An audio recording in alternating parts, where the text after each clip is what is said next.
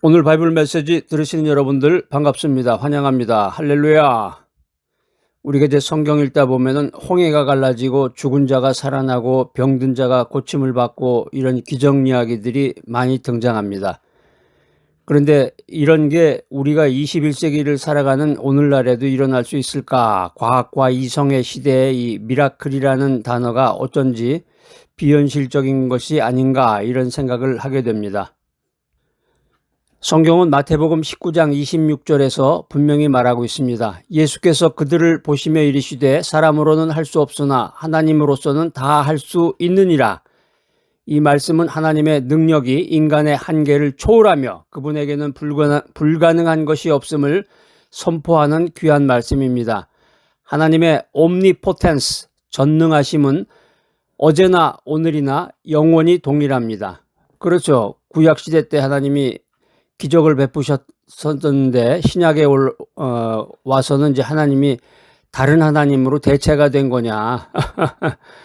요즘 이제 연극 같은 거 구경하러 가보면 이제 한 사람이 일주일 내내 연극을 할 수가 없으니까 뭐 월수금 뭐 이런 식으로 해가지고 한 두세 사람이 로테이션으로 이제 그 역할을 맡기도 하는데 하나님도 두세 사람이 다른 역할을 맡으면서 이렇게 구약의 하나님이 신약에 와서는 다른 하나님이냐.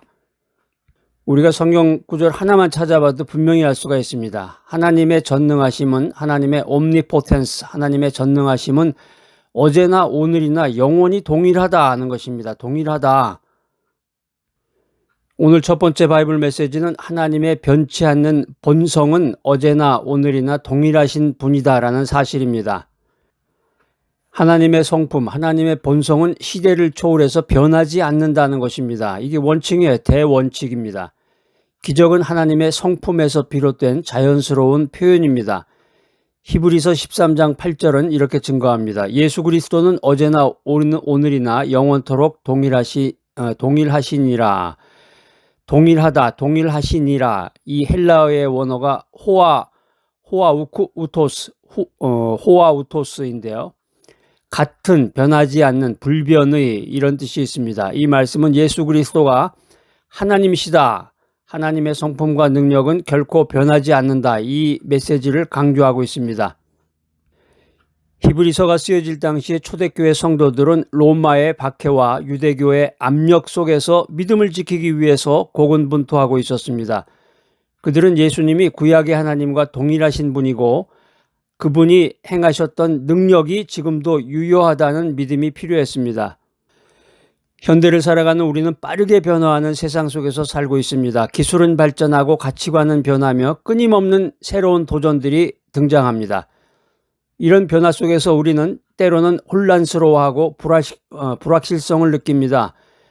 그러나 하나님은 변하지 않으십니다. 그분의 사랑과 능력은 영원하십니다. 우리가 고난과 시련 속에서도 좌절하지 않고 소망을 가질 수 있는 이유는 바로 이 변치 않는 하나님을 믿기 때문입니다. 할렐루야!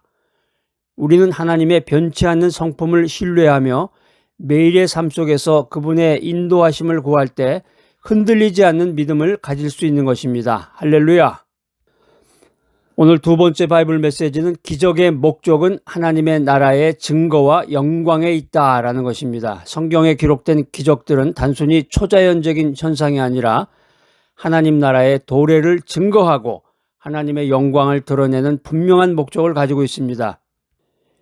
성경에서 우리가 접하는 그 기적에 대해서 사람들이 오해가 많습니다. 말이 많고 오해가 많은데 성경에서 말하는 분명한 목적은 하나님 나라의 도래를 증거하고 하나님의 영광을 드러내는 이런 분명한 목적을 가지고 있다. 사도행전 2장 22절은 베드로가 예수님의 기적을 언급하며 이렇게 말합니다. 이스라엘 사람들아 이 말을 들으라. 너희도 아는 바와 같이 하나님께서 나사렛 예수로 큰 권능과 기사와 표적을 너희 가운데서 베푸사 너희 앞에서 그를 증언하셨느니라. 여기 이제 증언하셨느니라 이 단어가 나오는데 헬라어 원어로는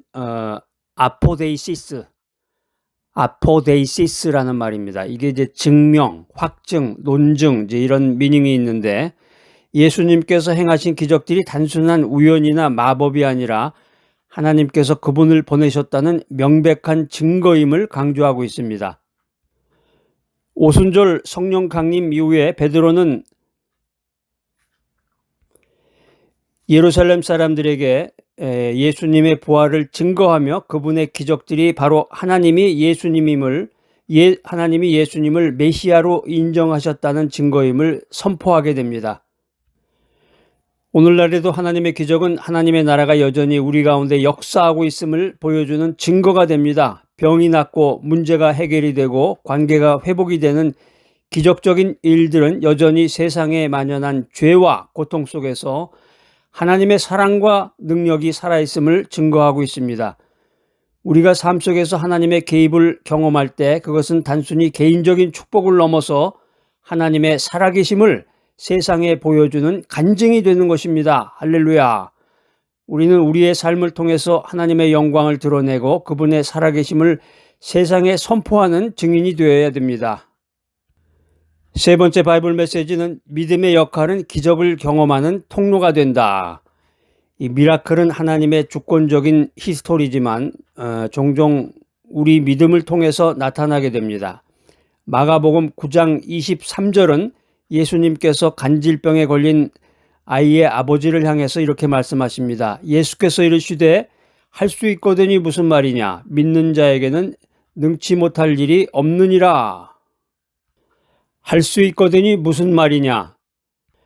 헬라어 원어로는 이제 티포이오 이 말인데 무엇을 할 수 있느냐 이 질문의 형태로 아이의 아버지의 의심을 질책하는 예수님의 강한 어조를 나타내고 있습니다.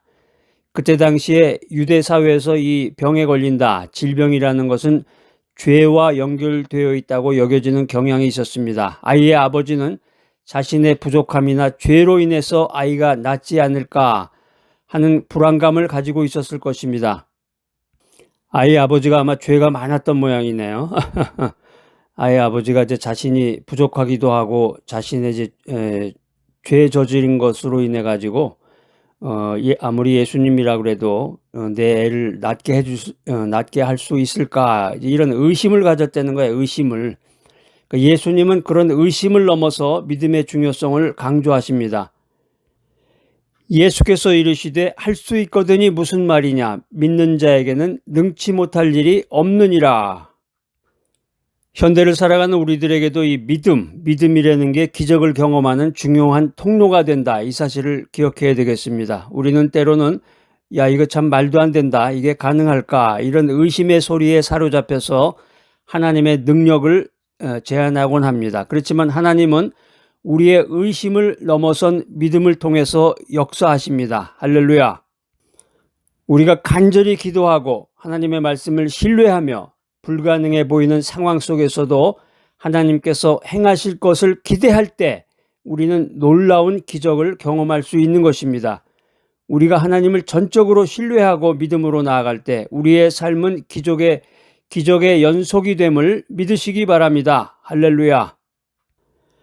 오늘 네 번째 바이블 메시지는 다양한 기적의 형태가 있다. 일상 속에서 하나님의 손길을 기대하라. 우리가 이제 흔히 기적이다 그러면 모세가 홍해를 가르고 하늘에서 뭐 만나와 메추라기가 막 떨어지고 불기둥이 막 이리저리 막 다니고 불기둥 구름기둥이 막 휙휙 막 소리를 내면서 다니고 출애굽할 때 그 애굽에 내렸던 그 10가지 재앙들이 막 일어나고 막 이런 엄청난 그냥 막 거대한 사건으로만 기적이라는 것을 이제 생각하게 되는데 우리 일상 속에서 작고 섬세한 형태로 하나님의 기적이 나타남을 우리가 경험하고 있습니다. 빌립보서 4장 19절은 이렇게 고백합니다. 나의 하나님이 그리스도 예수 안에서 영광 가운데 그 풍성한 대로 너희 모든 쓸 것을 채우시리라. 여기 이제 채우시리라 이 말의 이제 헬라어 원어가 플레로우라는 말인데 가득 채우다, 완성하다, 충만하게 하다 이제 이런 뜻이 있습니다. 단순히 부족함을 채워주는 것 이것을 이제 넘어서 차고 넘치도록 풍성하게 공급해 주시는 하나님의 능력을 의미하는 말입니다. 빌립보 교인들은 바울의 선교를 위해서 기꺼이 헌금했습니다. 바울은 그들의 헌신에 감사하면서 하나님께서 그들의 필요를 풍성하게 채워주실 것을 약속합니다. 이는 물질적인 필요뿐만이 아니라 영적이고 정서적인 필요까지도 포함하는 하나님의 공급하심을 의미합니다. 인생살이나 사람의 삶의 모습이라는 게 참 다양하고 문화가 발전이 되고 기술이 발전이 되면서 사람들의 그 수준이 높아졌다고 그럴까요? 사람들이 이제 어떤 것을 평가할 때 아주 까다롭기도 하면서 웬만해서는 만족이 안 되죠. 어떤 일에 대해서 어떤 영화를 봤다, 뭐 바이블 메시지를 들었다, 또 어떤 사람을 만나서 대화를 나눴다, 이렇게 됐을 때 10가지를 얻었다 그러면 그 10가지가 모두가 다 만족일 수는 없는 거죠. 사실은 인생이라는 게 그렇잖아요. 모든 게 다 만족일 수는 없는데 10가지 중에서 자기가 경험했던 것이나 자기가 받았던 것 중에서 10가지 중에서 뭐 6가지 과반수만 넘어도 이건 참 좋다, 6만 돼도 좋다, 7이나 8이 되면 최고다, 이렇게 생각할 줄 알아야 되는데 10개 중에서 10이 아니면 불만족 만족하지 않다. 그러니까 사람들이 날이 갈수록 인색해지는 것 같아요, 이게. 그러니까 수준이 높아지는 것 같으면서도 전체적으로 보면은 수준이 낮은 거죠. 이제 내적인 그 자질이 높고 속에 들은 것들이 꽉 차고 지적으로 생각하는 수준이 높고 더 나가서 영적으로 충만한 사람은 작은 것에 감사할 줄 아는 사람이다. 성경의 메시지잖아요. 작은 것에 감사할 줄 아는 사람이다. 10가지를 받았으면 그 10가지 중에서 6가지만 돼도 very good 하면서 상대방을 인정해주고 감사하는 마음을 전하고 귀한 느낌을 받아가면 느낌을 갖고 살아나가야 그것이 영적으로 충만한 사람의 태도다. 오늘 여러분들 이 바이블 메시지 들으시는 여러분들, 이 사실을 깨닫는 여러분들이 되시기를 축복합니다. 우리가 오늘날 살아가는데도 하나님이 이제 다양한 방법과 방식으로 우리의 필요를 채우시고 기적을 행하신다. 오늘도 기적을 행하신 거예요. 어저께도 행하셨지만 오늘도 아침에도 점심에도 저녁에도 밤에도 계속해서 기적을 행하십니다. 예상치 못한 도움의 손길이라든가 어려운 상황 속에서 열리는 새로운 길이라든가 마음의 평안과 위로라든가 지혜를 주시는 것까지 하나님의 기적적인 역사입니다.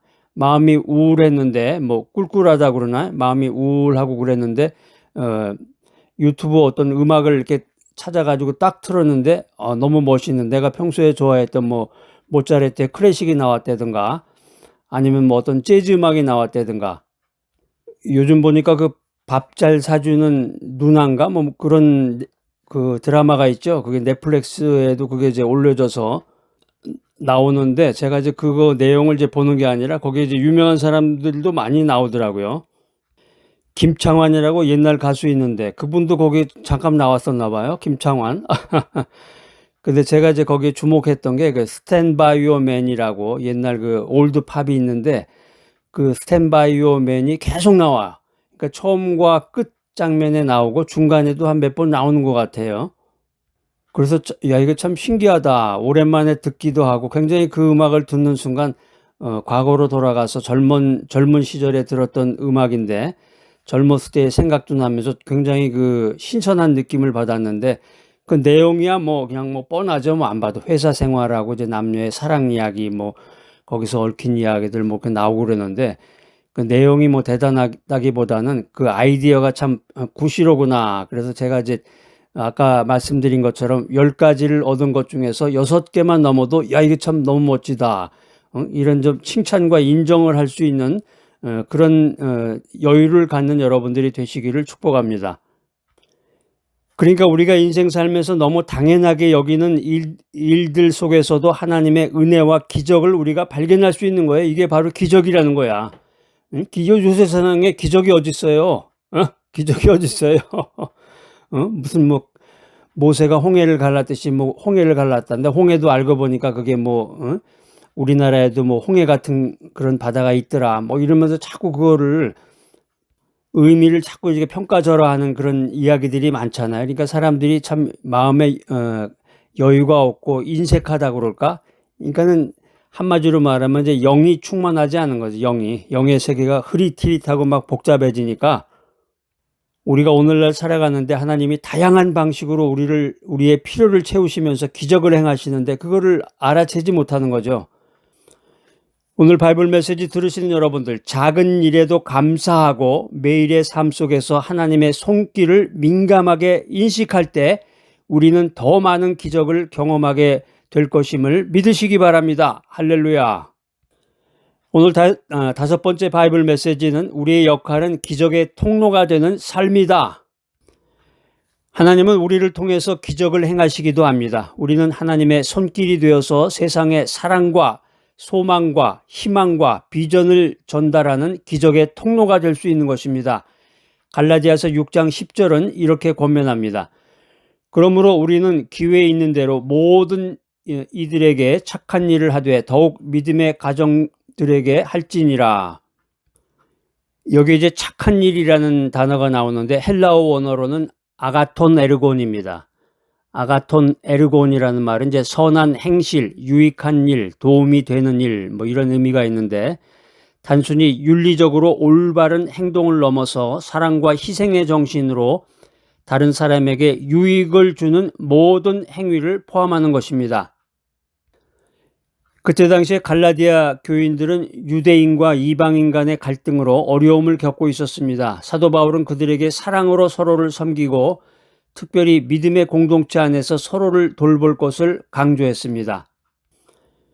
우리 주변을 이렇게 둘러보면은 여전히 도움이 필요한 사람들이 많습니다. 우리는 내가 가진 재능이라든가 시간을 사용해서 부족하고 어려운 사람들을 돕고 소외된 이들에게 주님의 사랑을 전하며 불가능해 보이는 상황 속에서도 그들에게 소망을 심어주어야 합니다.